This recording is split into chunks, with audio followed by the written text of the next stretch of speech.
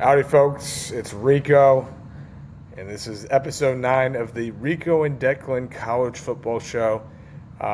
We were supposed to record episode 9 a week ago, but I got sidetracked. I busted my shoulder playing hockey. I was playing defense. That's for another day in our story, because this is not a hockey podcast. This is a college football show.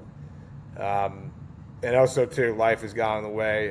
It's been a little bit hectic over here on the home front, but we're holding strong. Our dog, Elvis, he had to get ACL surgery yesterday. He's recovering from it. He came home from the vet today. The dog is a fighter, man. He is an absolute warrior, and he's so brave and courageous going through that surgery. So prayers up to him, and give him a prayer if you can. And then Declan, he's sleeping, obviously. He is starting to crawl. We had a moment this afternoon where I was watching him, and he was actually crawling in the nursery. So that was a very special moment. I actually shed a tear. So it's been pretty hectic here, but in a good way with Declan. And again, shout out to my wife and shout out to my family. As David Guetta once said, shout out to his family. But anyways, let's go into the news for college football. And the only topic I'm going to discuss before I go into the ACC teams, part 2, we're going to cover Virginia Tech. We're going to cover Virginia. We're going to cover Louisville. We're going to cover Cal, Stanford. And then the last team we're going to cover is...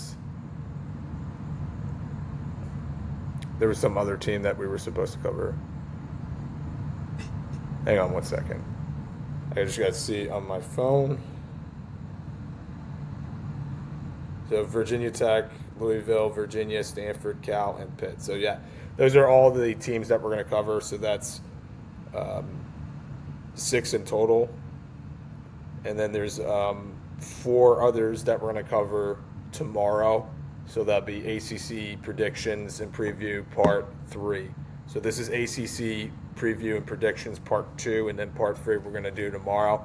And then the Big 12 I'm going to cover on Thursday, and I'll have that uploaded on YouTube on Friday. So there's a bunch of episodes I need to go and catch up on recording. I've also been busy with Uber Eats. I do that as a side gig to teaching because I'm off for the summer.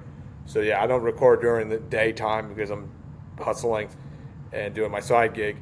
But at nighttime, this is where we record. But I want to go into the primary news of the week, and that primary news is Brendan Sorsby. If you have not heard already, I'll talk about it again at length. So Sorsby, I covered this on my Instagram page, which is Rico and Declan College Football Show. Check us out on Instagram. Give us a follow, give us a like, comment. Same thing here. Subscribe, like, and comment. Brendan Sorsby is no longer with the Texas Tech Red Raiders. He is going to be in the supplemental draft. He declared for the supplemental draft yesterday after the Big 12 had threatened to basically filed a lawsuit. They didn't threaten, they gave a lawsuit or filed a lawsuit against Texas Tech over the injunction for Sorsby to play or be eligible for this upcoming season. And I think Sorsby made the right call. I think he knew the walls were caving in. He had no other option but to declare for the supplemental draft. But this is really shameful of Texas Tech. Like I said before, the fact that you knew that he bet on games at Indiana while he was the backup there, it's ridiculous. And then on top of it, he goes into a rehab facility to declare that he's a gambling addict, right? And I think that was he basically was using it as a ploy to get the judges to be on his side with the injunction. Either way, those judges, all 4 of them, they were graduates of Texas Tech. So they had a biased view. So I felt the whole situation was BS. I think it's absolutely ridiculous that he was even eligible in the first place. So the fact that the Big 12 said enough is enough, we're not going to go and deal with this, and we're going to file a lawsuit. Kudos to them. So yeah, now with Texas Tech not having him be the starter anymore, they're going to turn to Will Hammond. Will Hammond had decent stats as the backup last year whenever their starter, Baron Morton, got hurt. So Hammond, he filled in nicely. So I don't think they're going to suffer a lot with this downgrade. And I honestly think Sorsby's a little bit overrated. If you look at his stats, he didn't really throw the long ball that much. He is a dual threat QB. He is a big dude, but I don't think he's going to succeed in the NFL. He could prove me wrong. I said that also too on my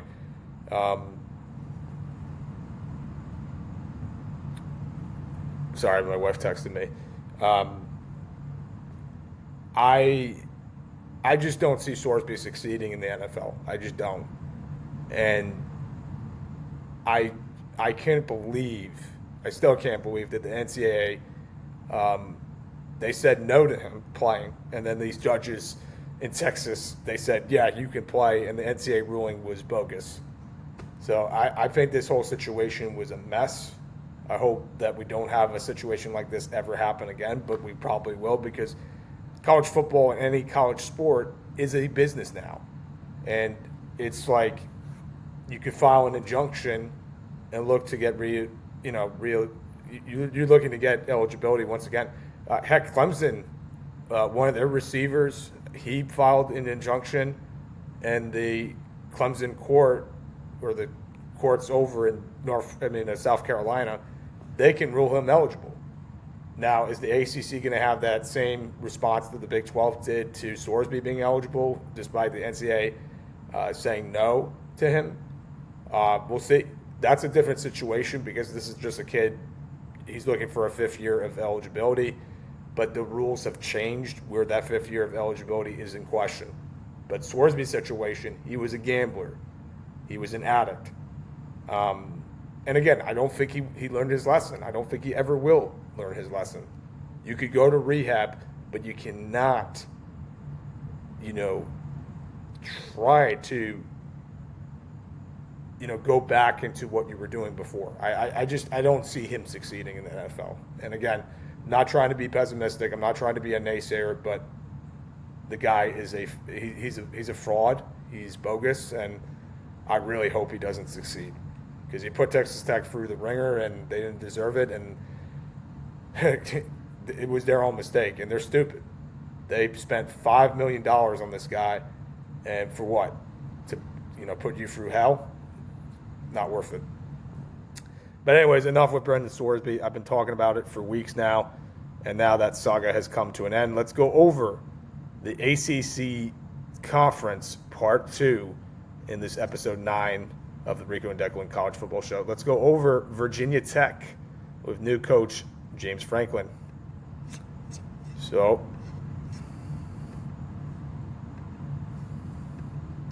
hang on one second, folks. I have not done an episode in a while, so we'll do the share screen.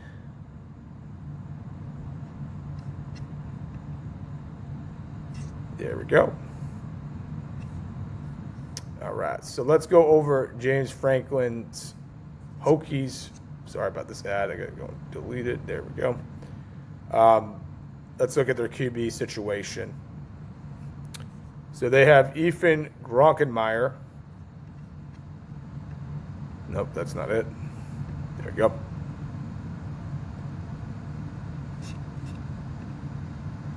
It's taking forever to load. All right, there we go. Ethan Gronkenmeyer. Gronkenmeyer was the backup at Penn State. He played a little bit last season due to the injury to their original starting QB, who was, the ads, man, they're really annoying today. All right, there we go. He was the backup to, man, I'm brain farting. Who was the QB last season? Let me look it up on my phone.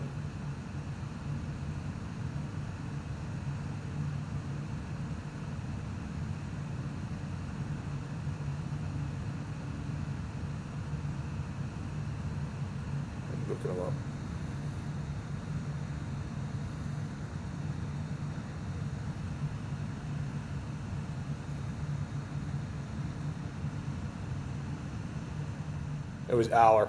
All right, so sorry about the brain fart. Drew Aller got hurt, and then Guggenmeyer, he filled in. He played in that bowl game against Clemson. I noticed with Penn State after Aller got hurt, they ran the ball more. They were a run first offense to begin with, and they became more of a running team after Franklin got relieved. And then when Aller got hurt, that was it. But if you look at his stats, he played decent. He had 8 touchdowns to 4 interceptions. Not much of a rusher. And if we look at his stats throughout the season and the games that he did play, he played good against Clemson. He threw for 260 yards, 2 touchdowns. He had only 3 games where he threw for 200 yards or more. So he can improve on that, but he kept games close. Against Indiana, he played decent. I watched that game. That was a heck of a game. Ohio State, he played okay. Do I think he's an upgrade over their QB from last season? Yes. I think the QB position last season was a detriment to the Hokies, and they can only go up from here. Let's look at the running backs. They have Marsilius. I don't know if I'm pronouncing this correctly. Marsilius Hawkins. He is a redshirt senior, actually.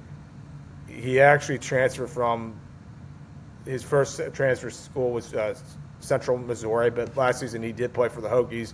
749 yards, as you can see here. He had 1 touchdown. He averaged 6 yards per carry, a little bit more than that. And if I look at his game stats, he played good against Florida State. I mean, who didn't?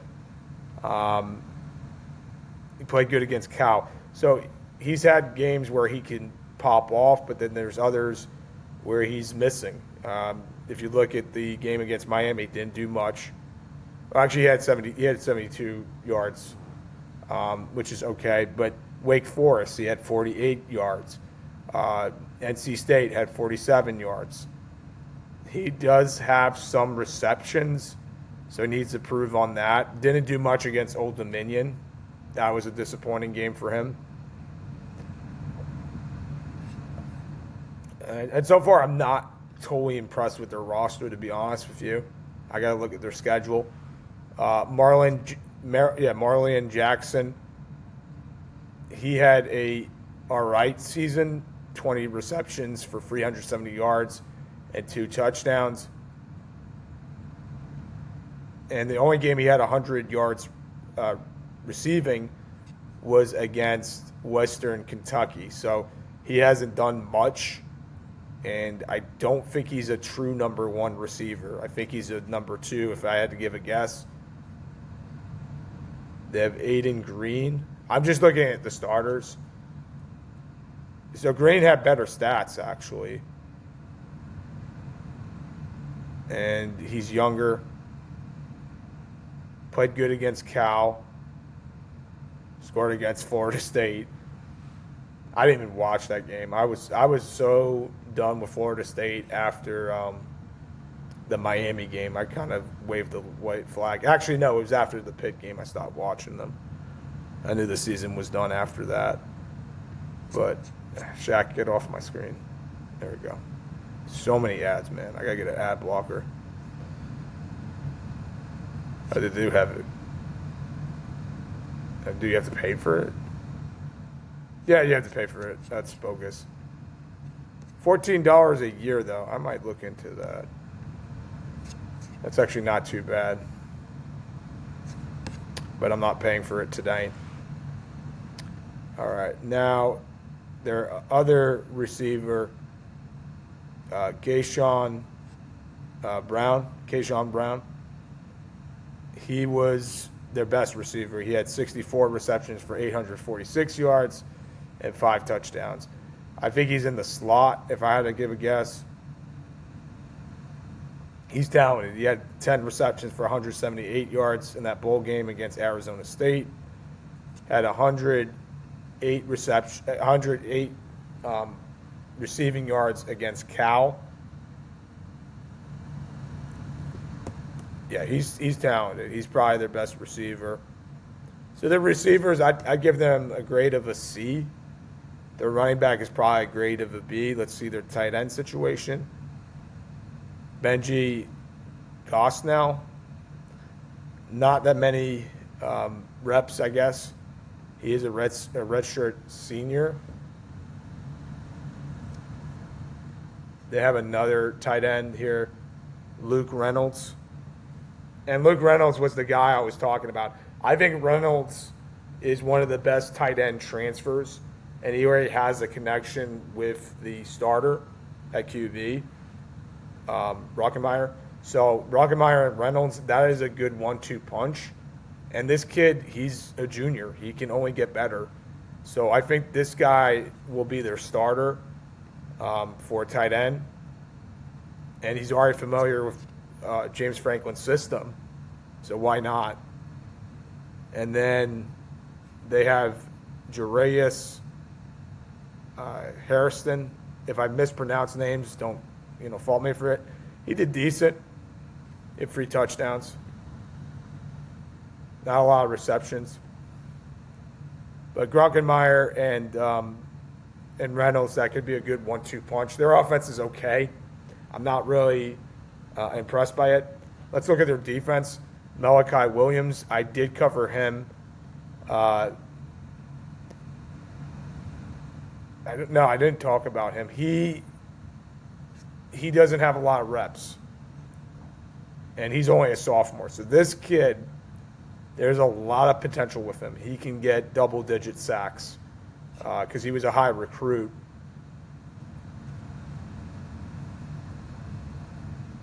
Elijah Fall.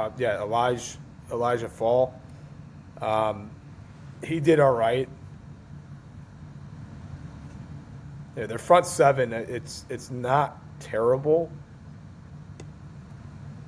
Kamari Copeland, he did all right. I got to look at their secondary. Their front seven's decent. Curtis Jones Jr., that name sounds familiar if it loads. Yeah, he came from West Virginia. I was like, all right, I know that guy. What the heck is this? Get off my screen. Sorry, guys, about the ads. It's really bad tonight. Keon Wiley, he did okay. Let's look at their linebackers. Noah Chambers. There's no stats on him. He's a sophomore. He probably redshirted last year.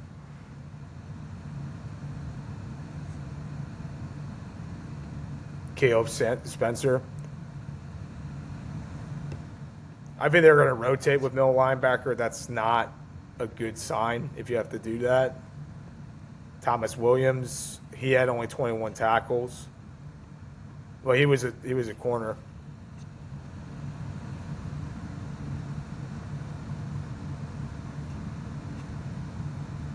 Let's look at their safeties. Quinnen Reddish did okay. Tyson Flowers did all right. Sheldon Robinson, there's no information about him. Excuse me. Cam Chadwick, he played at Connecticut. He had a good season. He had 4 interceptions, 4 pass deflections. So this is a guy to look out for with their secondary.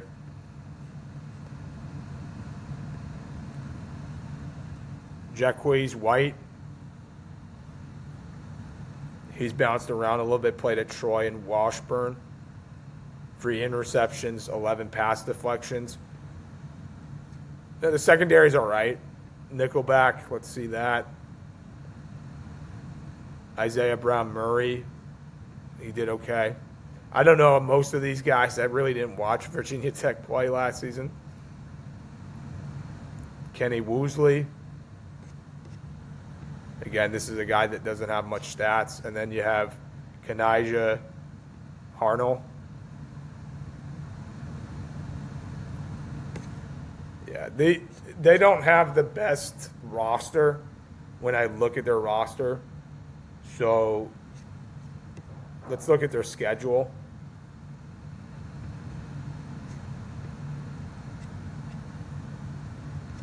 Hang on one second. There we go, exit out. Again, my apologies for the ads. It's so annoying. All right, there we go. All right, so this is their schedule, brought to you by ESPN. All right, so they play against VMI the opening night. They'll win that game. VMI, I don't even think they have an FBS program. It's just, that's a cupcake game. Another home game against Old Dominion. They've had their struggles against Old Dominion in the past, but I think they'll beat them, so they're 2-0. At Maryland. So Maryland is now in the Big Ten.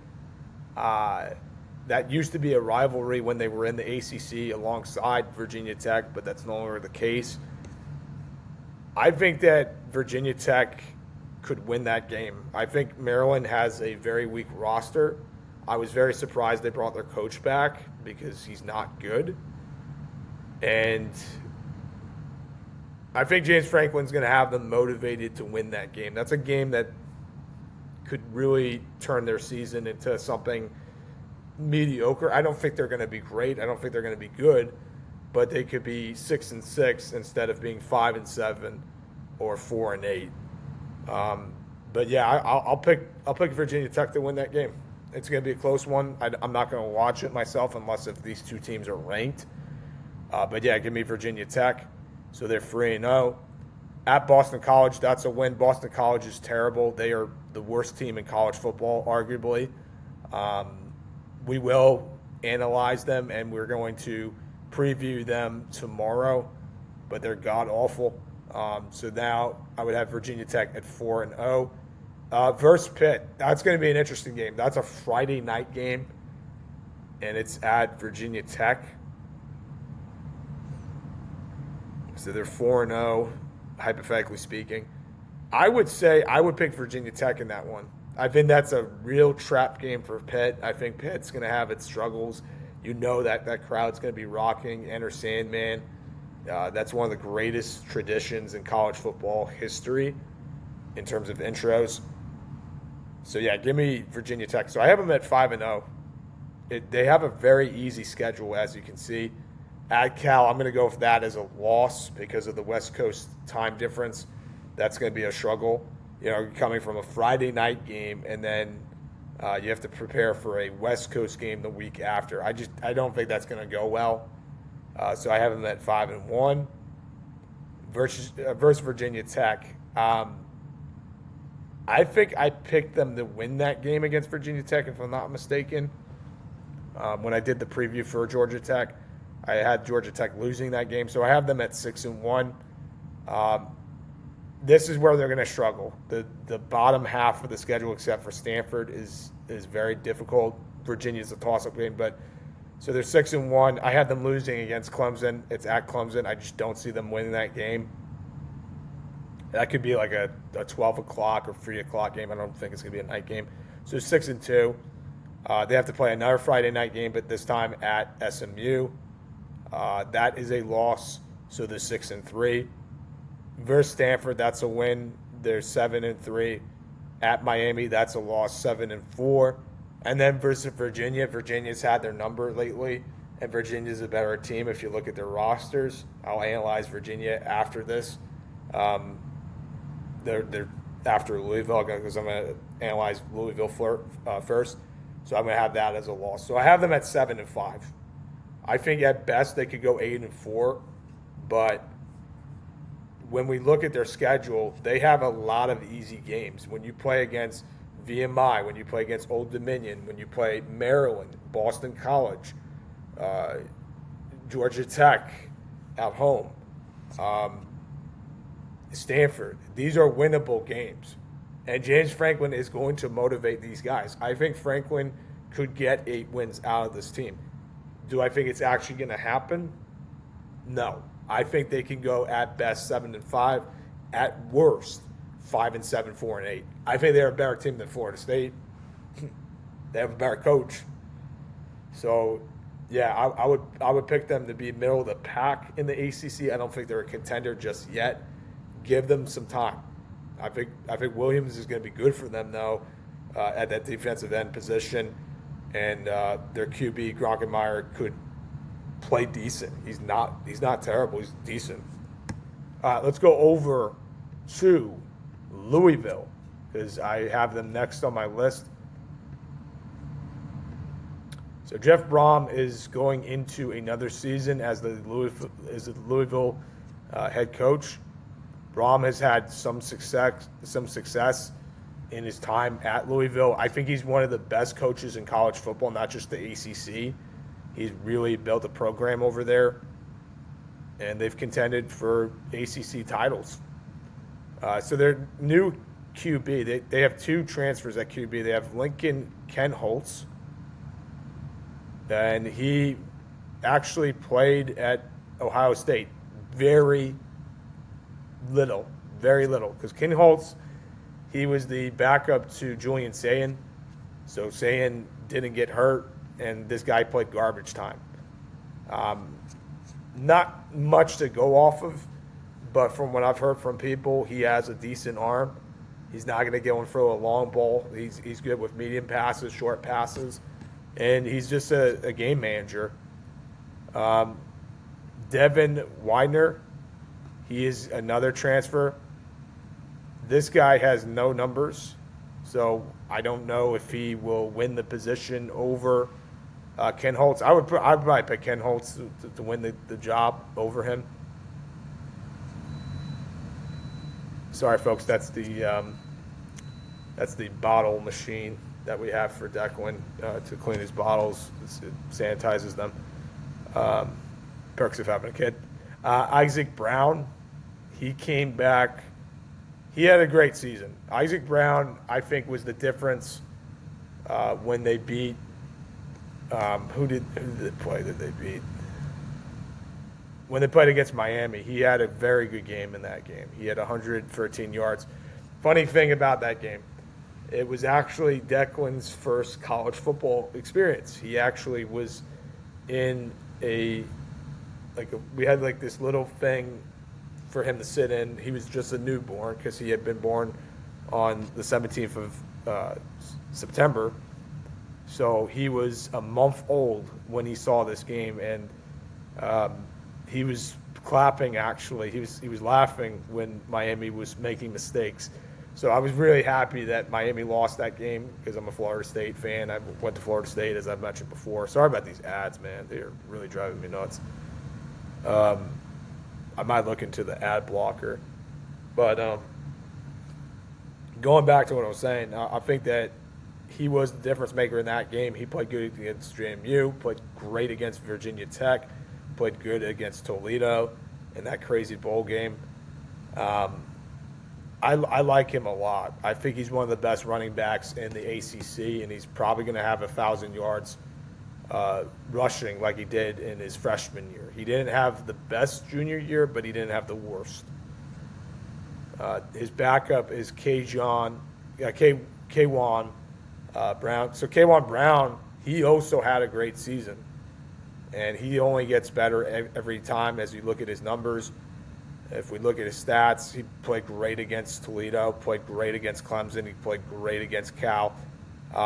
He's not going to get as many carries as Williams, but he's a reliable number two. So they have a very good 1-2 punch. I think they have one of the best 1-2 punches in the ACC in terms of running backs. Their QB position is okay with Kenholtz, but I really like Brown, and I like K'Wan Brown. I said Williams. My mistake. I like Brown and Brown. They are good players. They have also Marquez Davis. He's another guy that they can rely on. He transfers from Missouri. So they have a trio of running backs that could really do work for them. Let's look at their tight ends. Brody Foley. I should really get my glasses on. Let me get my glasses on. I cannot see for the life of me. I started losing my eyesight in high school, and it has not been the same since. I am farsighted, but I guess you could say I'm nearsighted too. This is much better. Okay. So Foley, he had 528 yards receiving, 37 receptions in total, and 7 touchdowns. Foley is a good player. And when we look at his numbers, actually this feels weird. Sorry guys, I don't really like wearing I really don't like wearing my glasses when I record. It actually bars my eyes. I think I gotta get closer to the screen. He went off against ECU. Had a good game against Oregon State. Yeah, he's a good player. Played at Tulsa and also played at Indiana. So Foley is going to be a welcome addition to the Cardinals' offense. They also have Justin Reed. He is another transfer. He came from Tulane. Decent numbers.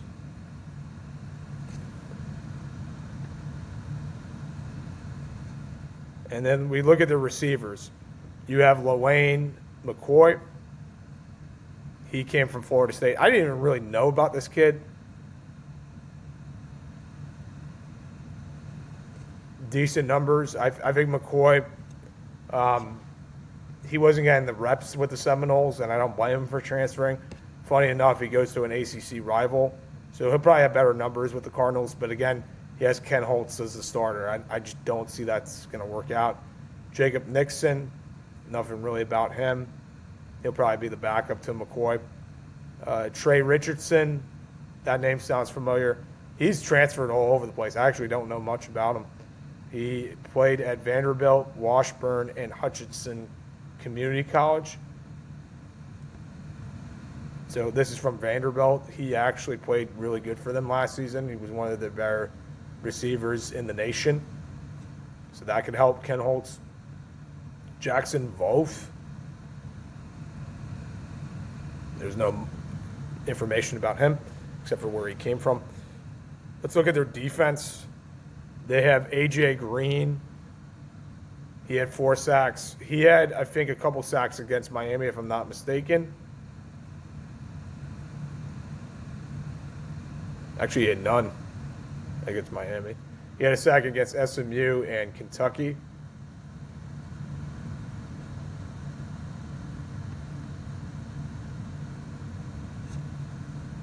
Gerard Smith had 1 sack. Their front 7, it looks a little bit weak compared to Virginia Tech. DeMeco, Kennedy. But again, these could be guys that it looks like with Kennedy, he didn't really get much of a chance at Purdue. Purdue was terrible last season. Joshua Donald. There's no information about him except for where he came from. Keon Webb. No information about him except for where he's from. Let's look at so their nose tackle is not the strongest position. Another defensive tackle, Dalen Russell. He came from Miami. I think he'll get more reps there. Bailey Abercrombie.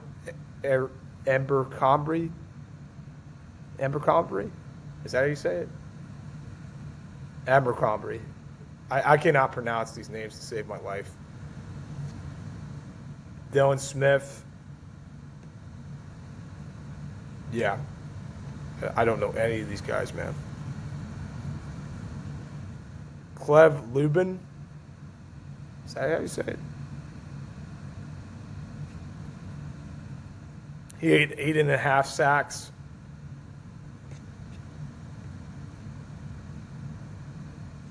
So Lubin is one of their best players, I think, on their defense. Tyler Thompson. He had 7 sacks. He's coming from North Carolina. You know he's going to get more reps with the Cardinals. So, yeah, their front 7 is decent. Let's look at their linebackers. TJ Capers. Trent Carter.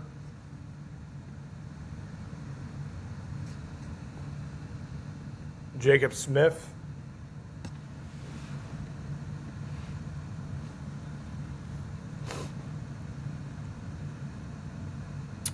Stanquan Clark. Nothing about him really. Cameron White. So their linebackers are a little bit weak from what I'm seeing. Caleb Motullo. Let's look at their corners. Yeah, if you don't have any picks, that's a problem.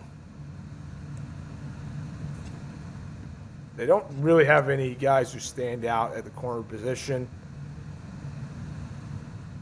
Eniger, he's all right. He's got good size as a safety. Mekhi Rice. Caleb Beasley. He's coming from Tennessee. Caleb Beasley, I think, can definitely make a name for himself with the Cardinals. I think he'll have a better career with them instead of being with the Volunteers. TJ Banks. They really have a weak secondary. I think that teams can throw all over them. Holloway, he had 2 interceptions, so he's not terrible. Miles Norwood, don't know anything about him. And last but not least, Santana Wilson. Cool name, Santana. All right, but yeah, I'd look at them as a team that can probably score a decent amount. They're going to run the ball a lot, but their defense is weak, especially the secondary position. That's going to be a problem against teams like Miami, against Clemson. Even Cal, I think, can pose a problem for Louisville. So if you have a pass-first offense, take advantage of them. Their secondary is very weak. And their linebackers, too. I thought that was an issue as well. Their defense in the last couple of years, they have not performed well. 2023, they had a good defense. But their offense was terrible. It's like one or the other. Their offense will be good, but the defense is bad. They never could have the two align and work out for them. All right, let's go over their schedule. So again, like I said before, we had Virginia Tech at 7-5. So let's go over Louisville's schedule. So they versus Ole Miss to start the season. That is a night game, prime time on ABC on the 6th of September. I'm going to pick Ole Miss, man. I think this is going to be a rout. I think that Louisville has no business playing against Ole Miss. I think maybe the running backs could do decent, but again, you're going against Ole Miss. The SEC is way better than ACC. I don't care what anybody says. I know Miami made it to the national championship. I know they had success against Ole Miss, but that was Miami. Louisville is Louisville. Louisville is not up to the same tier as Miami. So, yeah, I'm going to pick Ole Miss in that game, even though it's a home game, prime time. You know that the crowd is going to be rocking, but there are going to be a bunch of Ole Miss fans. They travel well, and Mississippi is not too far away from Kentucky. They are right next door. All right, so I'm picking them to lose that one, so they're 0-1. Versus Villanova, I'm going to have them win that game. Villanova is not an FBS program, so that's a cupcake game. Again, they get 2 night games. That's a Friday night game. I'm not watching that. So 1-1. I'll probably watch the first game because I want to see Ole Miss destroy them. 1-1 versus SMU. That's a home game too. So they got 4 home games to start off the regular season. That's crazy. I'm going to pick that as a loss. I think SMU is going to bounce back. I'm covering SMU tomorrow. I'm not covering them tonight because that would be too much work. So I'm going to have them lose that game. They'll be at 1-2 actually. Versus Wake Forest. Wake Forest has improved. They are up and down though. I don't think they're at that tier yet where they can beat Louisville. And again, this is at Louisville, so I'm going to pick that as a win for Louisville. So now I have them at 2-2. at NC State. I'm picking that as a loss. I just think that's going to be a toss-up game. I don't like Louisville's roster. As I saw before, their defense is not good, and I think NC State will improve upon last season, which was a disappointment. So I have that as a loss. So they're 2-3. Versus my Seminoles, I again picked Louisville to win this game when I covered Florida State a week prior. So that's a win for Louisville. I have them at 3-3. At Syracuse, they'll win that game because Syracuse sucks. They're not good anymore. It could be a toss-up game, but if I had to, bet money on it, I would take Louisville. So they're 4-3. Versus Stanford, that's a win. Stanford's weak, so they're 5-3. Or 5. Let me go over this again. At versus Ole Miss is a loss. 1-1. 1-2. 2-2. 2-3, 3-3, 4-3, 5-3 after they play against Stanford. At Georgia Tech, I think I picked them to beat Georgia Tech. So now I have them at 6-3. So they bounce back. At North Carolina, I think that's going to be a win. I think Bill Belichick is going to get fired before that game. So they're 7-3. Versus Pitt, that's a home game. I'm going to pick them to win that game. So they're 8-3. And then at Kentucky, oh, man, I think that's going to be a toss-up game too. But if I had to bet money on it, I would take Louisville. So I have them going at 9-3. I think that they are going to really predicate their offense off of their running backs. They have two great running backs. And with their QB, if he just, plays as a game manager and does everything he needs to win games, they could win 9 games. They could win 8 games. I think they're a tier below Miami and Clemson. I don't think they're at that level as those two, teams are.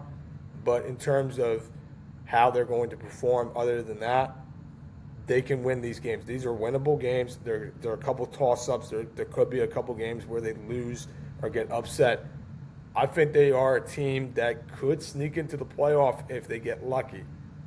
You guys see how the season plays out, how the playoff plays out. But Louisville is one of those teams. They can sneak in. I think when the playoff expands, and if, let's say, for instance, there's 20 teams or 22 or 24 teams, they would get in. They're not at that level yet, but if you see an extension with the playoff, which will probably come, it's a question of when and where, that is a team to look out for in the future because they have a great coach and Braum. That's the thing. This roster, it's not the greatest roster. Their defense is not great, but you know what? Braum is an offensive genius.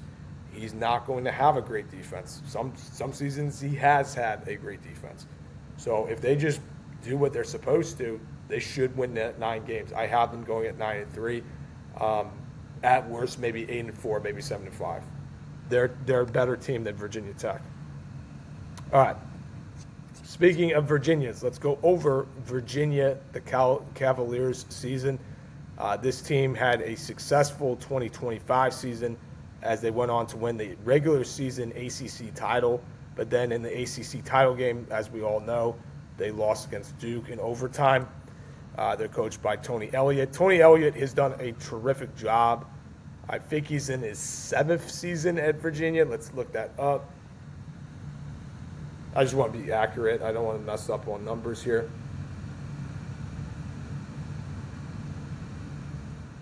And Tony Elliott, he's a disciple of Dabo Swinney. He was an assistant coach over at Clemson. He graduated from Clemson, played there as a wideout.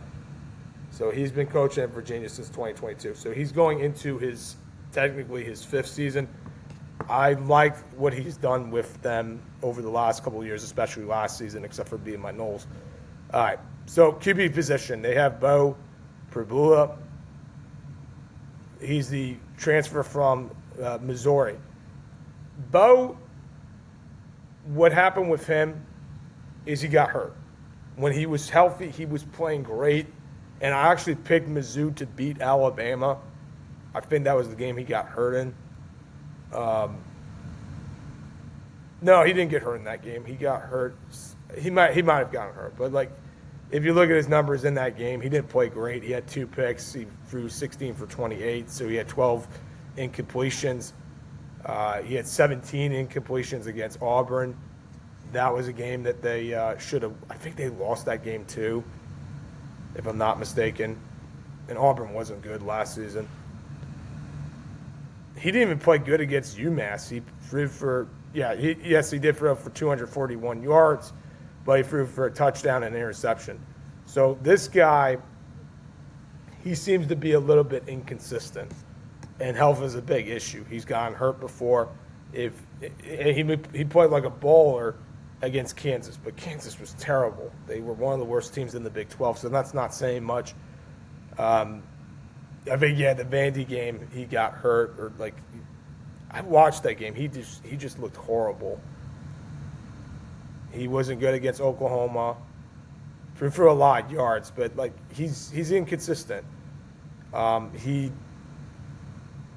He'll rush. He'll get the first down here and there, but I think he's the definition of a little bit overrated. I don't think he's that good. I think he's better than Virginia Tech's QB. I think he's better than what Louisville has at QB, but that's not saying a lot.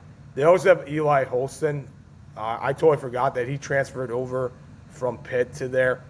Holston, he played okay. 2 seasons ago, he was decent, and then his issue is interceptions. If you look at his 2 seasons, he's had 13 interceptions in total. He lost out his starter role after that loss against West Virginia. Actually, no, he lost against I think it was against Boston College, but he just was not good for them. He was not good for Pitt, and Pitt moved on from him. He moved on from Pitt. So he's one of those guys that I don't think it's his job. I think Prabula is going to go and be the starter. But the thing is with Prabula is if he gets hurt, then Holston's the starter. So their QB position is not great, but it is better than those 2 other schools I just went over.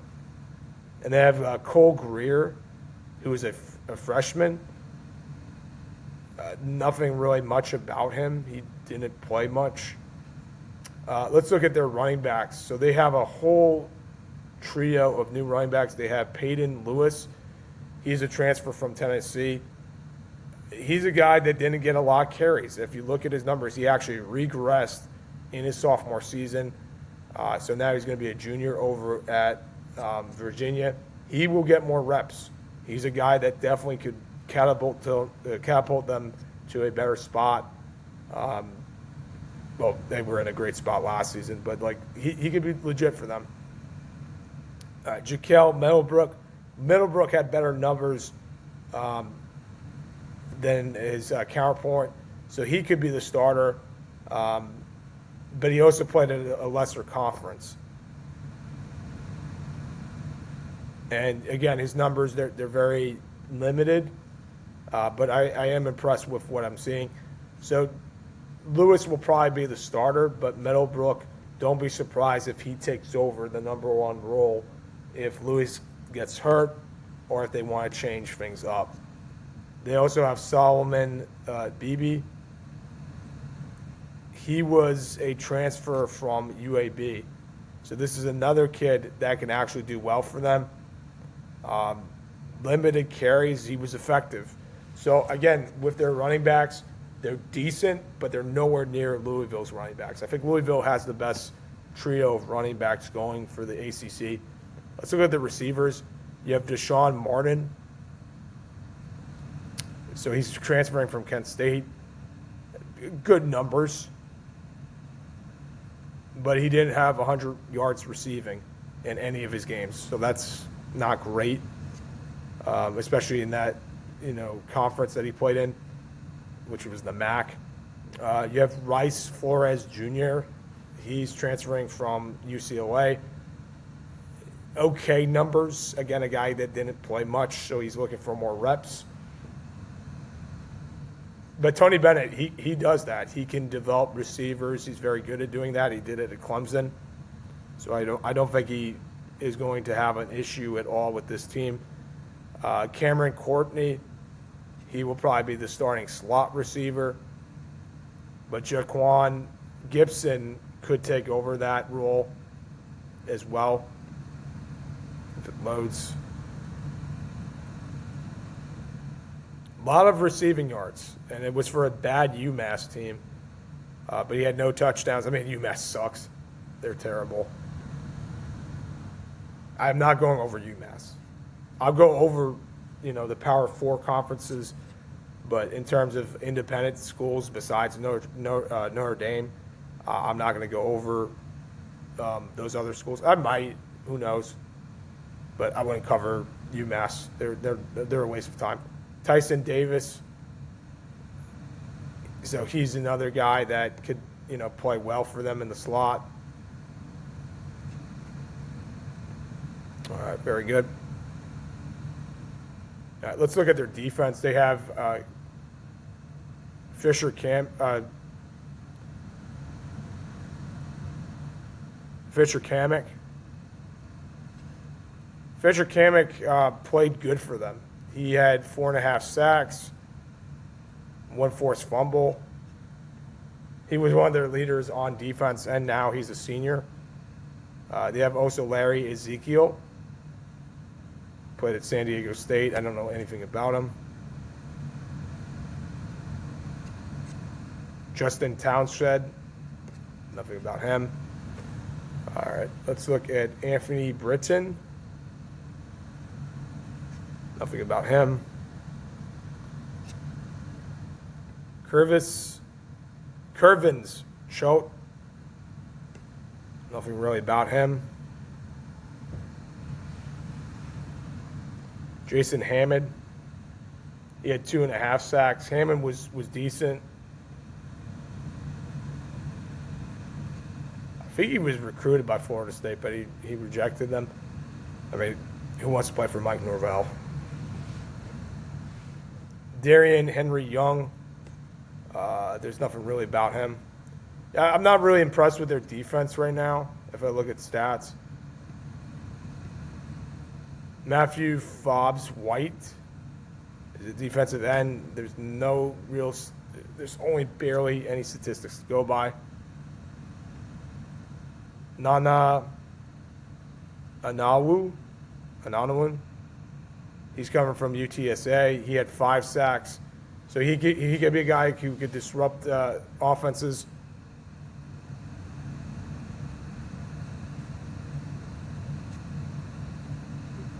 What the heck is this?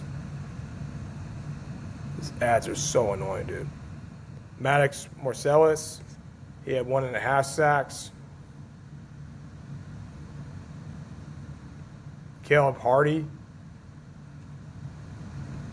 All right, let's just look up the starters here. Corners. Donovan Platt. He played decent for them on corner.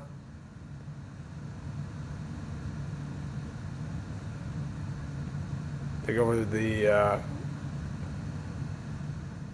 Cam Robinson. He had a good season.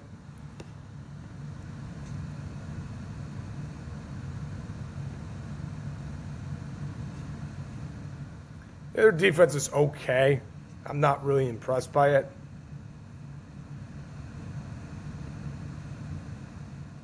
They were definitely better last season.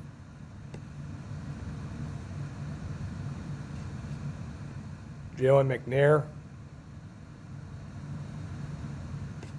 He had a good season. 2 interceptions, 5 pass deflections. Jacoby Henderson.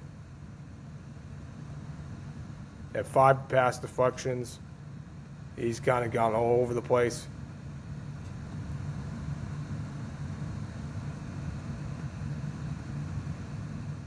Elmelo Arjar comes from Wisconsin, played all right. Corey Costner, he played all right. And Jalen Jones, that's the last guy I'm going to go over. I don't go over kickers or punt returners. I don't do that. This guy played all right, too. So their secondary is okay. It doesn't really strike me as being intimidating. Their defense last year sucked.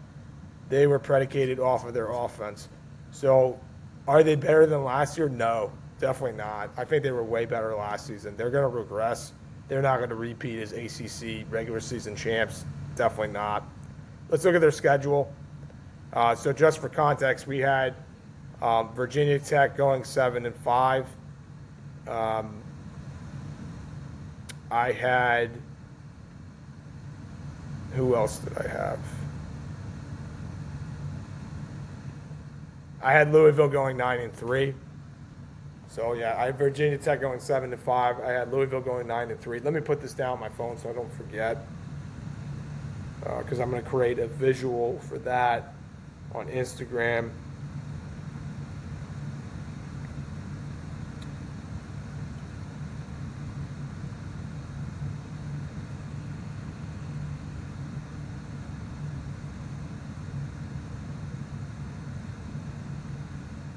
All right, so let's look at their schedule. What happened to their schedule? My apologies, folks. I exited out of their schedule. This is Stanford's roster. We're going to go over Stanford after. I am still getting used to this. I got to type it down.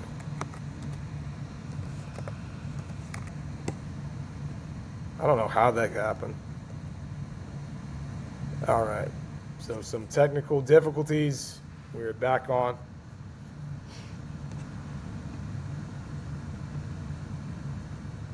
All right, let's look at the schedule. I'm getting a glass of goat's milk after this this preview. Little known fact about me, I like goat's milk. It's good. All right, Virginia schedule. So NC State, I will say that's a loss. I think NC State is going to have a better season than them. I know NC State lost to them last season, so they're going to look for revenge. Apparently, this is not an ACC game for the standings. They did this last season where it didn't count for the standings in the ACC conference. Some stupid, crap like that. I don't know. But yeah, I don't see Virginia doing well in that game. I think NC State is an underdog team in the ACC that could win 8 or 9 games. So I'm going to say that's a loss. Norfolk State, that's a win. Against my Mountaineers, I'm picking Virginia to win that game.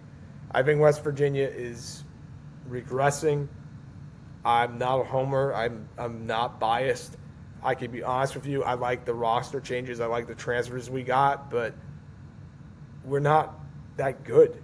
And I think that Virginia is a tier above us. I think Rich Rod is a little bit in over his head. And I think that Tony Elliott, he has done a great job with Virginia's roster in the last couple seasons, especially last season. And this is a home game, and it's a night game too. Or is it on a neutral site? Let me look that up. Because if it's neutral site, it could be a toss-up.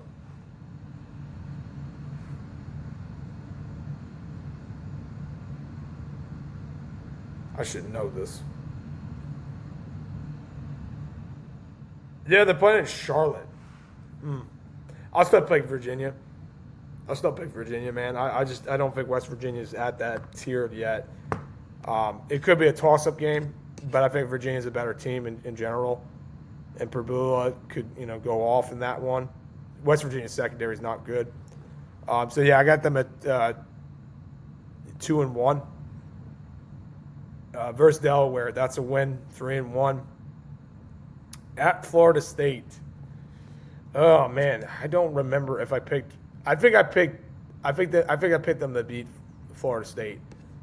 So I have them at 4-1 versus Syracuse, 5-1. At SMU, that's a loss, 5-2 versus Duke. I know they lost against Duke in the ACC championship, but they will avenge that game. They'll get their vengeance. So I'm going to say that's a win. So they're now, what are they, 6-2? Yeah, 6-2. At Wake Forest, that's a real tough game for them. It's on Halloween, actually. I'm picking Wake Forest. It just screams upset to me. So they'll be 6-3. Versus Cal, that's a win. So they're 7-3. Versus North Carolina, I think that's a win. 8-3. And at Virginia Tech,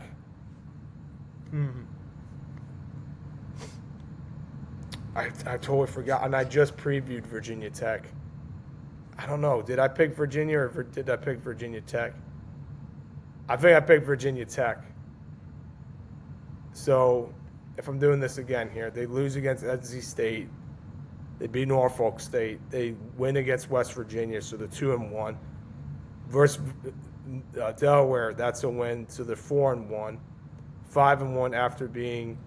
Hang on one second. My dog's making sounds. Lexi. No girl. Hey.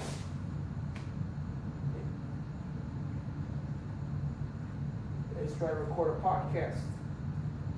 You doing okay? Yep. Sorry, folks. That was my dog, Lexi. She's snoring, so I woke her up to get her to not do that anymore, so that was not a distraction. But let's go over the schedule again. I had them losing against NC State. I have them being Norfolk State and West Virginia and Delaware, so they're 3-1 at Florida State. I think they'll win that game, so they'll be 4-1. Versus Syracuse, that's a win, 5-1. Lose against SMU, 5-2.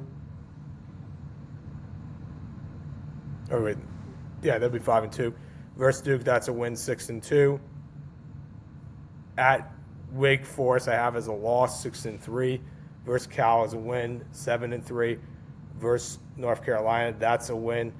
And at Virginia Tech, I think I picked Virginia Tech. So I have them at 7-5. I think that's reasonable. At best, they can go 8-4.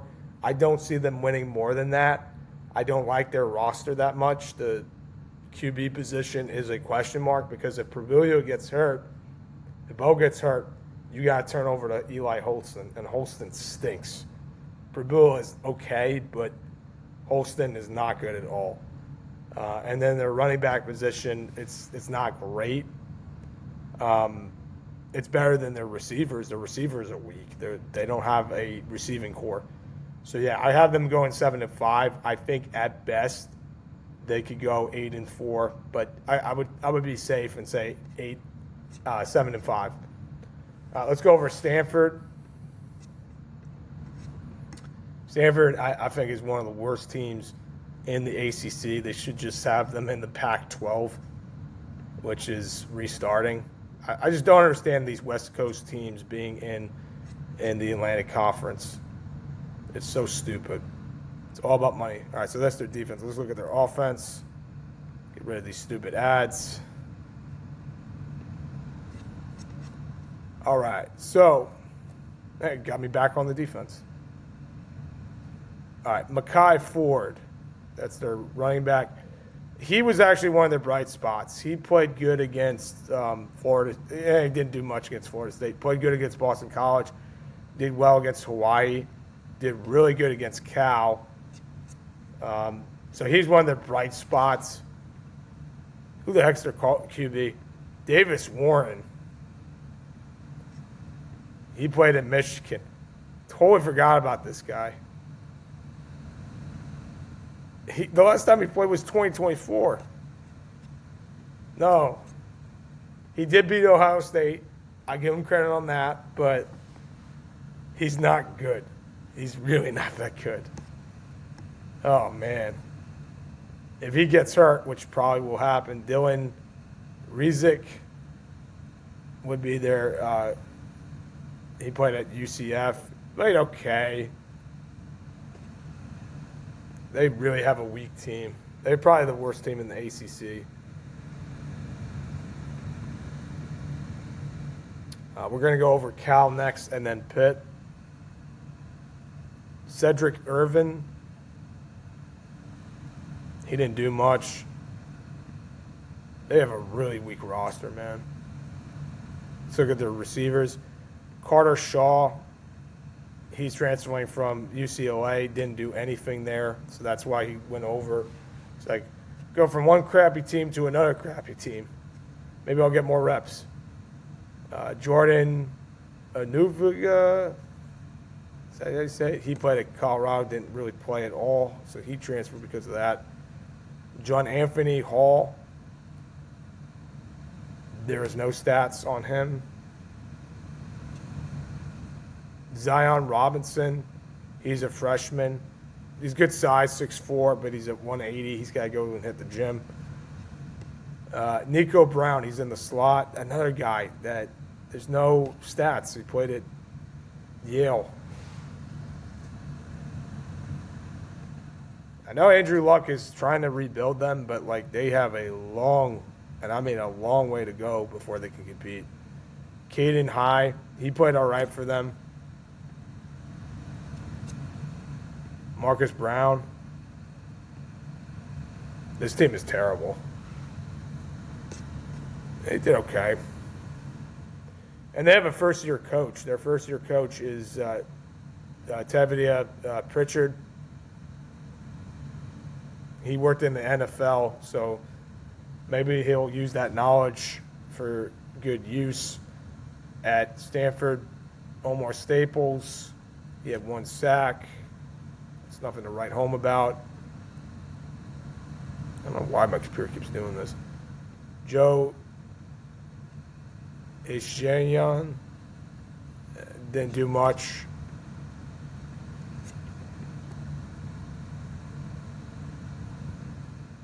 Braden Marcio Alokia. Jacoby Murray. Dude, their defensive tackles are terrible. Zach Roll, half a sack. That's gonna not do you anything, man. Connor Bachhuber, I think that's how you say it, Bachhuber.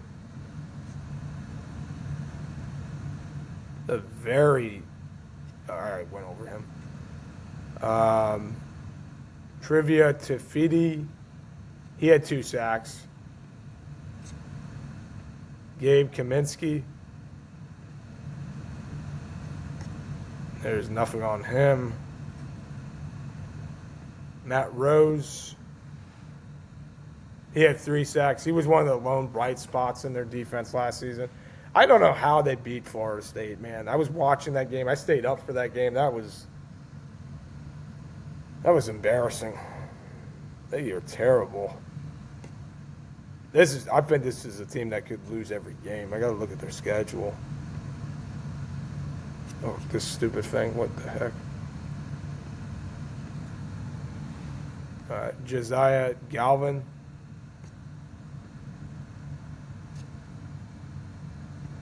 Zach Johnson. He had 2 sacks.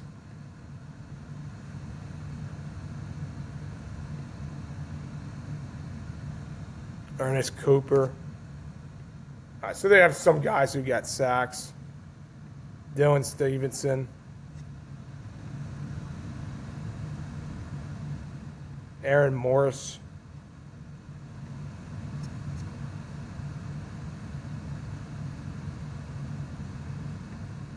Leroy Bryant.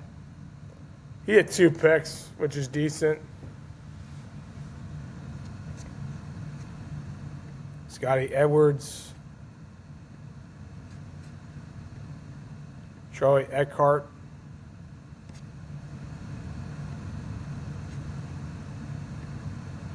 I went over this guy. Darius Davis. He had 2 pass deflections.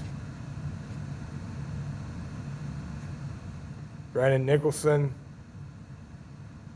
He had 2 interceptions, 6 pass deflections. Nicholson probably is their best player on defense, arguably.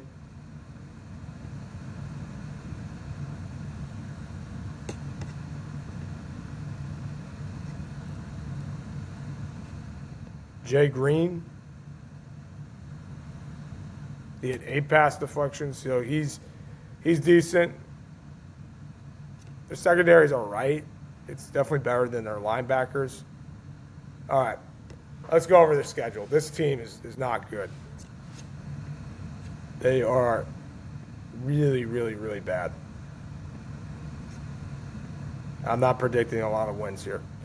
All right, Stanford versus Hawaii. It's a home game.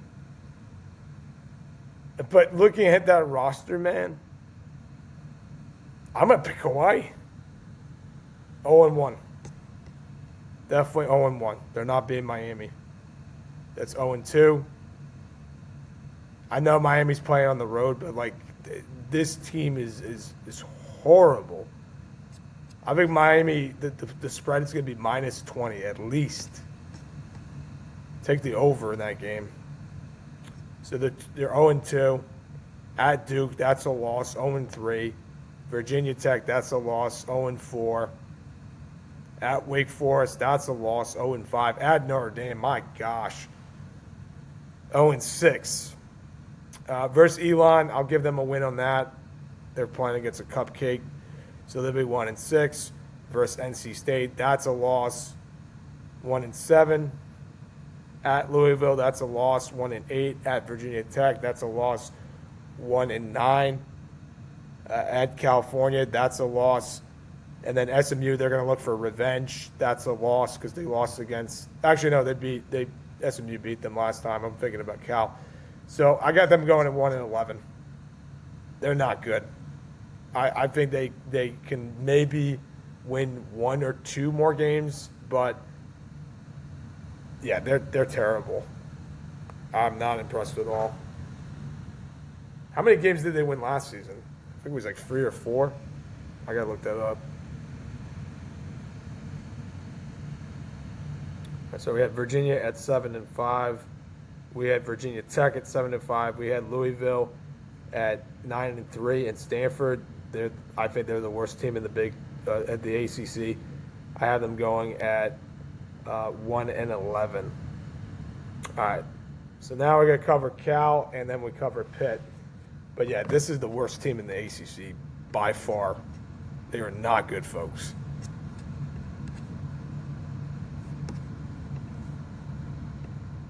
All right, let's go over Cal. We're almost done here. It's a long episode. But again, we're covering 6 teams tonight, 4 teams tomorrow. Tomorrow's episode will be shorter. Ian Strong. Let's look at their receivers. Cal is one of those teams I think they can improve on. They had a good offense, but their defense was not good. That's the problem. Ian Strong is one of the best receivers in the ACC. If you look at these numbers, he had 762 yards receiving and 5 touchdowns with 52 receptions. Played great against Washington. Played good against Iowa. I mean, he can only improve. He played great against Miami U and also against Ohio. So he's one of those guys. He transferred from Rutgers. I totally forgot about that. But yeah, he's one of those guys that is one of the better, receivers in the ACC in terms of transfers. Jordan King, I think he played last season for a bit. Yeah, he did. He had 22 receptions for 267 yards and 2 touchdowns, which is decent. And just, run through these pretty fast. And they also have a new coach in Tosh Lapoy. I like Tosh Lapoy over at Oregon. He did a great job with their defense.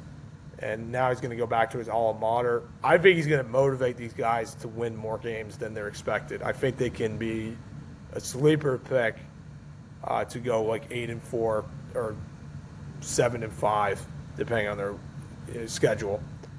Chase Hendricks, he had a tremendous junior season. He had 1,000 yards receiving, 71 receptions, and 7 touchdowns. So this kid could be a second, maybe third round pick in the NFL, maybe first round if he has a tremendous season. But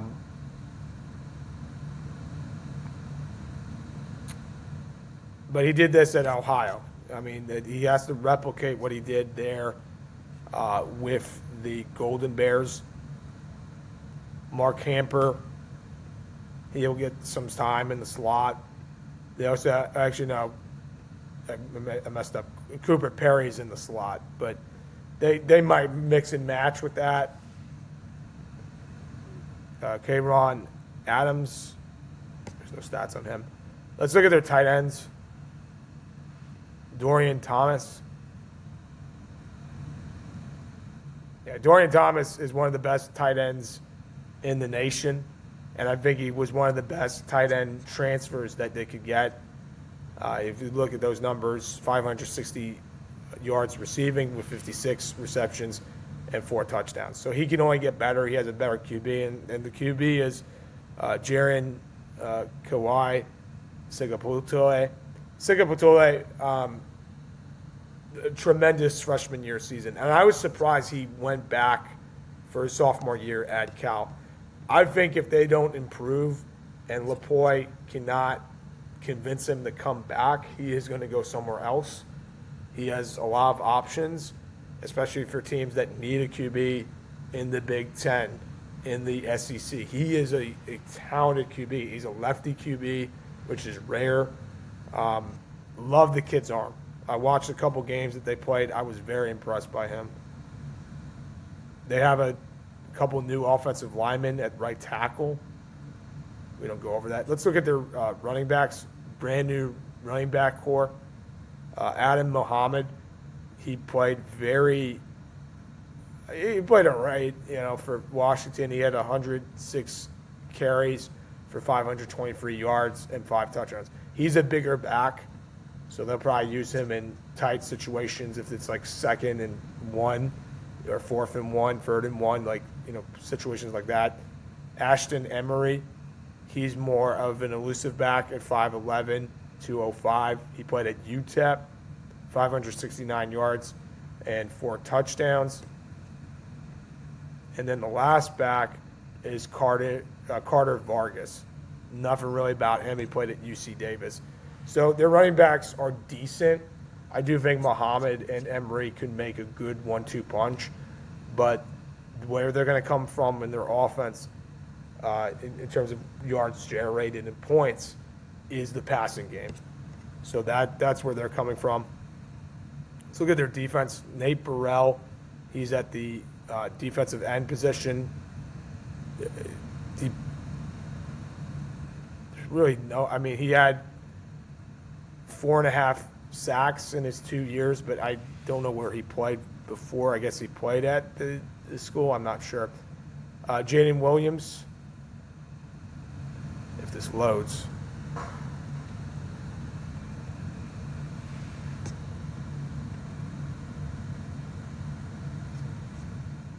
Jericho Johnson, so he's a new player. Played at Oregon, didn't play much, but Tosh Lapoy, I guess, recruited him to come over with him.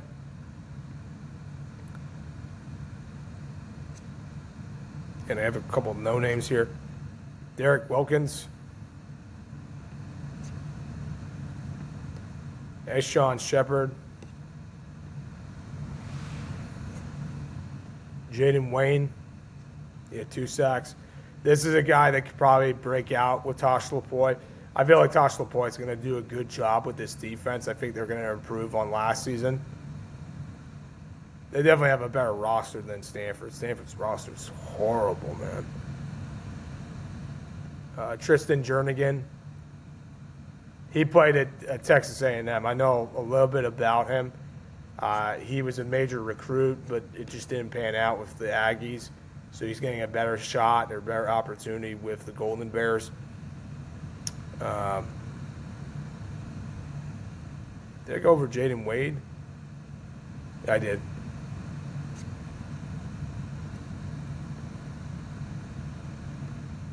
Kamar Mutini. He also is transferring from Oregon. Solomon Williams. He's coming from Texas A&M. So Tosh Lapoy got some Aggies to come over here, which is going to really help their defense. Emmanuel Okoye, I know a little bit about him. he also, too, was a major recruit for Tennessee, just didn't pan out with the Volunteers, and he's going to get a better opportunity with Cal. Joshua Pierce, he's coming from North Texas. He had 2 sacks. I mean, they are definitely – there's some no-names on their defense, but they have guys that transfer from better programs and better conferences. I mean, that's what you want to get out of the transfer portals, that these guys will have a better opportunity. They're going to get more reps. Daniel Harris, he's coming from Georgia. So this guy can definitely really help their secondary. Marcus Groves Killebrew, what a name. That is a cool name. Aiden Montoya, he had 1 interception and 2 pass deflections.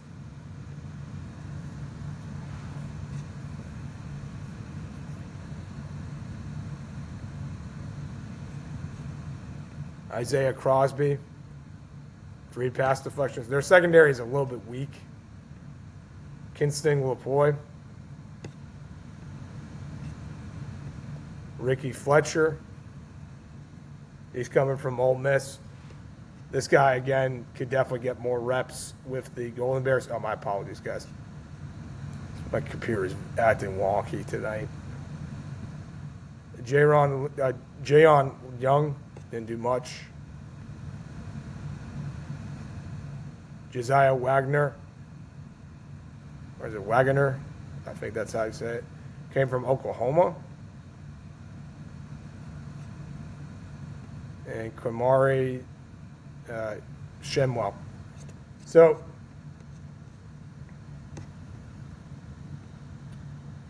when I look at their roster, I'm very impressed with their offense. And I think the defense will improve because Tosh Lapoy got guys from A&M. He got some guys from Ole Miss. He got 1 kid from Georgia. I mean, there's definitely sky's the limit for Cal to do better than last season. All right, let's go over their schedule. Yeah, my nose is stuffy. We're dealing with a lot of humidity lately here in Southeast Florida. It's annoying as heck. All right, so they start off the season against UCLA. It's a home game. I'm picking Cal. I think UCLA is in a rebuild. They got a new head coach. I mean, I know Cal did too, but Cal has a coach that played at Cal, in Tosh Lapoy. He knows the system inside and out, and I think he's going to really improve them from last season. So I'm going to say that's a win for them. They have a very favorable schedule, man. So that's a win, 1-0. At Syracuse, again, I don't think Syracuse is that good. I think that their QB is going to take off Cal's. So I'm going to say that's a win, 2-0. Versus Wagner, that's a cupcake game. That's a win, 3-0. Versus Clemson, I know it's a night game. I know it's on the West Coast. I'm going to say that's a loss. I think Clemson is going to win that game. I'll be cheering for Cal, but I just don't see it. So they'll be 3-1. At UNLV, I don't know much about UNLV. I might cover the Mountain West. I haven't made up my mind on that. But I like Dan Mullins as a coach. But I think Tosh Lapoy could definitely pull off an upset. This is a really toss-up game. You know what? I'm going to say a win. I think they actually will get out a win on this one because they're going to be coming off a loss. They're not going to be happy with that loss. It's going to be a close game against Clemson, I think. So yeah, I got them at 4. I got them at 5-1, man. Versus Virginia Tech, I had that as a win as well. So 6-1. Versus Wake Forest, that's a win. So what? They're 7-1. Yeah, I have them 7-1. But this is where their schedule gets a little bit difficult because they have to play on the East Coast side. They play at SMU. That's a loss, 7-2. At NC State, I have that as a loss, 7-3. At Virginia,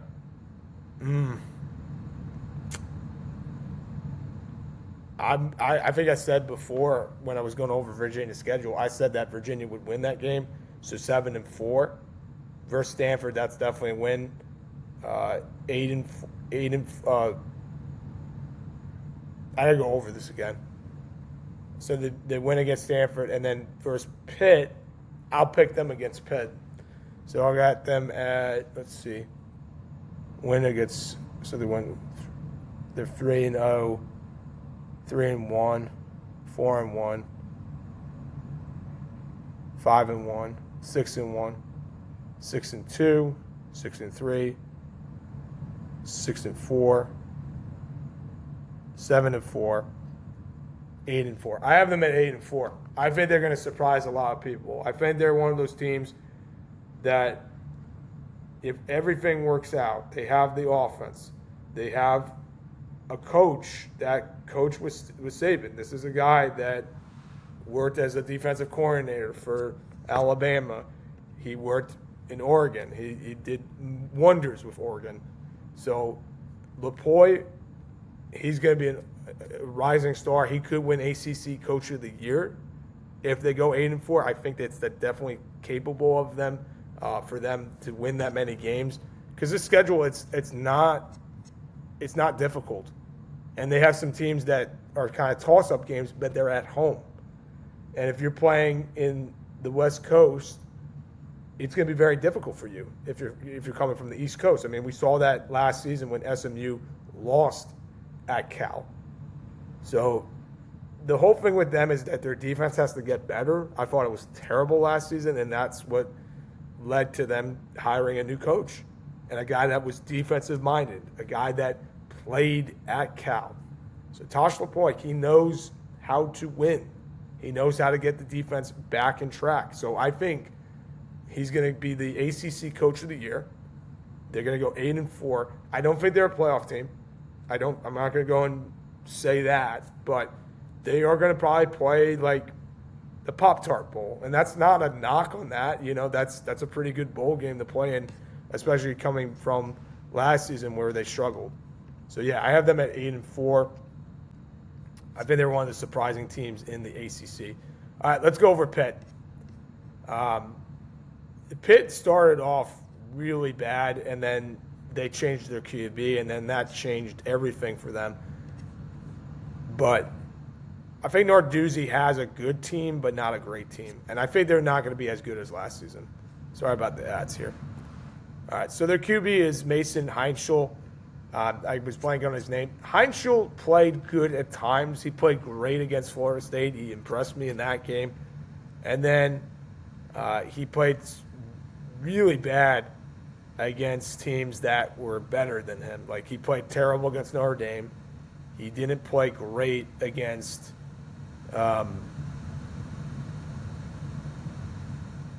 Syracuse. He didn't play great in. He does throw for a lot of yards. I think he could definitely throw for 3,000 yards. But the whole thing with him is not making mistakes. And he's a guy that I think he's good, but I think he's a little bit overrated. Do I think he's better than Bo Pribula? Yes and no. He has less experience than Pribula. He has less experience than the QB I just went over for Cal. When we look at their running backs, they have a bit of changes here. They have Jacarian Turner. Now, Turner was here last season. Turner's a good player. I like Turner. I think he's one of the better running backs in the ACC. And if you look at his numbers, he went off against Georgia Tech, and that was on the road. Played great against Stanford, but then he didn't show up against Miami. That's the thing. Pitt is they're one of those teams, like, they'll play good against bad teams, and then the teams that are way better than them, they just look small. But Turner's a good player. I like his game. Lavelle Wright, he's coming from Western Kentucky. Not bad numbers. 10 touchdowns, that's a lot. But he only rushed for 100 yards once, and that was against Jacksonville State. So that's not saying much. I know Turner's going to be the starter. And then they have a kid named Damian Ferguson. He'll be the third-string running back. Let's look at the receivers. Malik Knight. He's coming from Western Carolina. I don't see any stats with him. I don't know why it's not showing that. Tony Kinsler. He played very little. Katorius Hicks. Played decent. But again, didn't really show up when he needed to.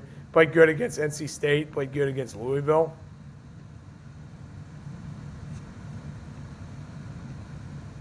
Sincere Lee. Didn't do much.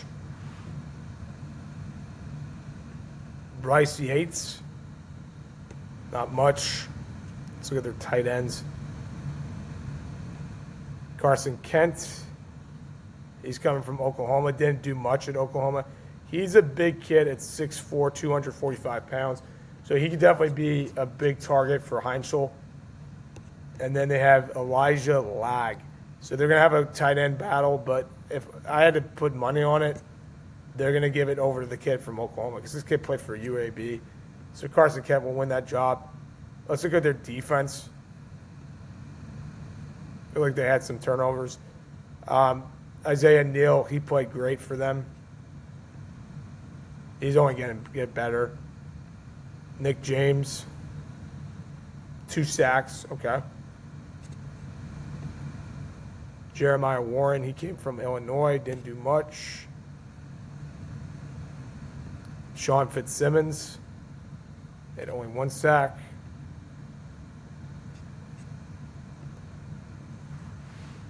Elliot Narneen didn't do much.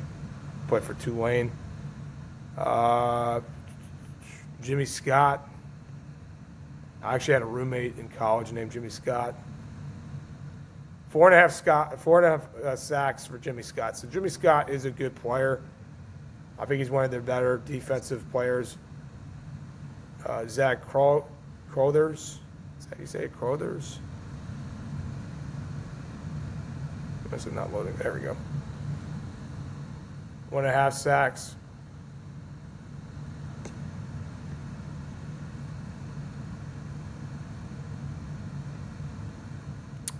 Braylon Lovelace. He had 1 sack and 2 interceptions. Lovelace is a good player. I think he's one of the better linebackers in the ACC. Abe Ibrahim. Cameron Lindsay. He had 2 sacks. Yes, they got some dogs on their linebacking core. Emmanuel Taylor didn't do much. Let's look at their corners. Shadarian Harrison, he had 3 pass deflections and 1 interception. Promise, guys, I'm wrapping it up. We're almost at 1 hour and 40 minutes. It's crazy.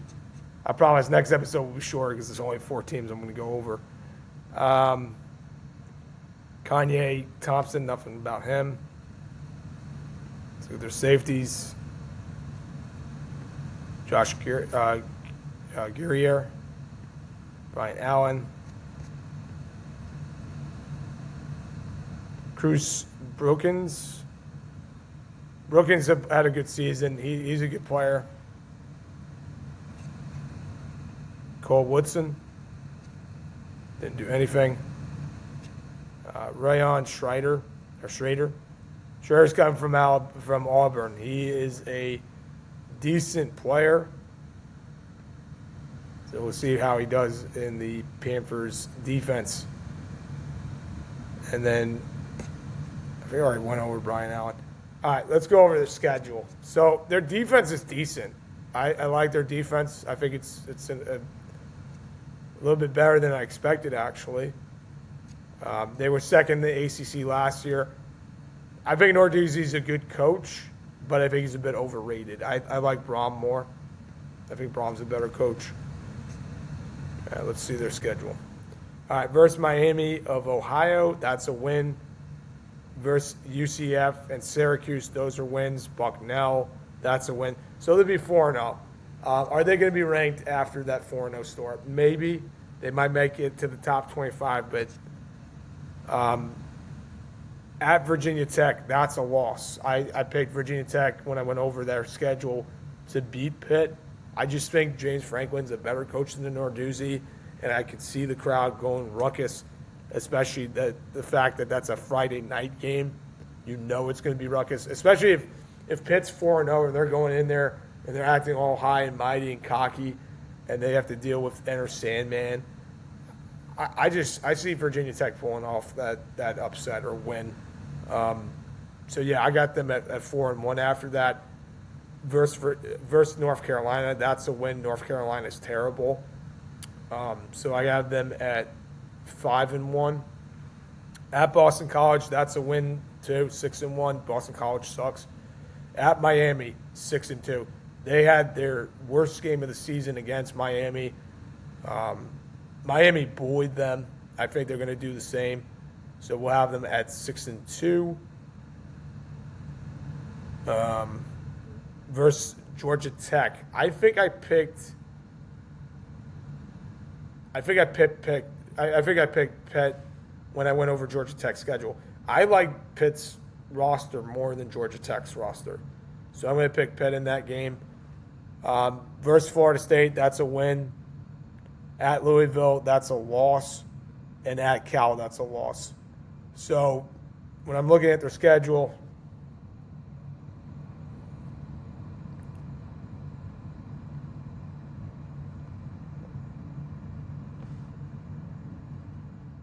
I have them going 8-4. I think that they are one of those teams that they're going to get off to a hot start, but then they're going to come back to earth against against Virginia Tech, and then they're also going to have their struggles against teams like Louisville. They're not going to play good against Miami, and I think that Cal game at the end of the season, because it's at Cal, that is a huge toss-up game, and I like Cal over Virginia. Against Pitt. I'm sorry. My brain is making all these brain farts because it is 11:46 in the morning, and I got to go and edit this afterwards. But, I have them going 8-4. So just to run down the ACC records so far for what I have for these first 12 teams, I have Miami at 10-2. FSU, my alma mater, 3-9. Clemson 11-1. Duke 5-7. UNC 2-10. Georgia Tech 6-6. Virginia Tech 7-5. Louisville 9-3. Stanford 1-11.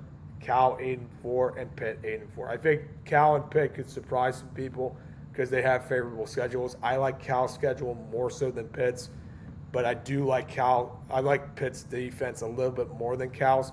But again, I think Cal is a sleeper pick to maybe sneak into the playoff if they get all the ducks in the row down the line. I don't think it's this year, but again, Tosh LaPointe, I'm picking him to win Coach of the Year for the ACC, and a player to look out for is their QB and also their wide receiver. I'm forgetting names, but anyways. It's getting late, folks. I hope you enjoyed this episode. This was episode 9 of the Rico and Declan College Football Show. We're going to do episode 10 tomorrow. We're going to cover 4 teams, the last 4 in the ACC. So that's ACC Preview Part 3. And those teams that we're going to go over are Boston College, NC State, SMU, and Wake Forest. So I hope you guys enjoy this. Again, I really like Tosh LaPointe, and I think he's going to do a great job at Cal. He's going to surprise a lot of people, and I think Cal will surprise a lot of people because of him. So again, I hope you guys enjoyed this episode. This was episode 9. We'll do episode 9. We'll upload this onto YouTube for tomorrow morning, and I'll record episode 10 tomorrow. And then we're going to cover the Big 12 on Thursday night, and then I'll post that on YouTube on Friday. Guys, I appreciate it. We're going to keep posting episodes over and over again. Again, Brendan Sorsby, he's a moron. Don't be like Sorsby. Don't bet on games that you are, basically a backup for. But anyways, I hope you guys enjoyed the episode, and peace out.